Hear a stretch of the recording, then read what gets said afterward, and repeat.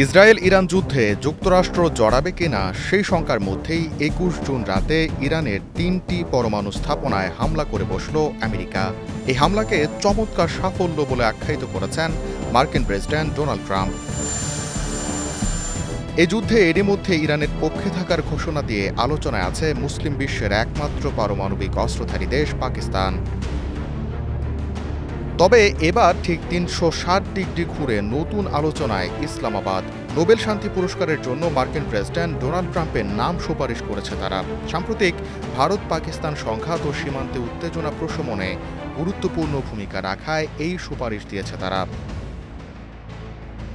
গেল ২১ জুন বিজ্ঞপ্তিতে পাকিস্তান সরকার জানায়, এক চরম সংকটপূর্ণ সময়ে প্রেসিডেন্ট ট্রাম্প কৌশলগত দূরদর্শিতা ও রাষ্ট্রনায়ক হিসেবে প্রজ্ঞার পরিচয় দিয়ে ইসলামাবাদ ও নয়াদিল্লির সঙ্গে সক্রিয় কূটনৈতিক উদ্যোগ নেন, যা উত্তেজনা প্রশমনে সহায়তা করে এবং পরমাণু অস্ত্রধারী দুই রাষ্ট্রের মধ্যে শান্তি ফিরিয়ে আনে। তবে এটি প্রথম নয়, এর আগেও একাধিকবার ট্রাম্পকে সম্মানজনক এই পুরস্কার দিতে বহু সুপারিশ জমা পড়েছে নরওয়ের নোবেল কমিটিতে। তবে রাষ্ট্র হিসেবে পাকিস্তানই প্রথম এটি করল।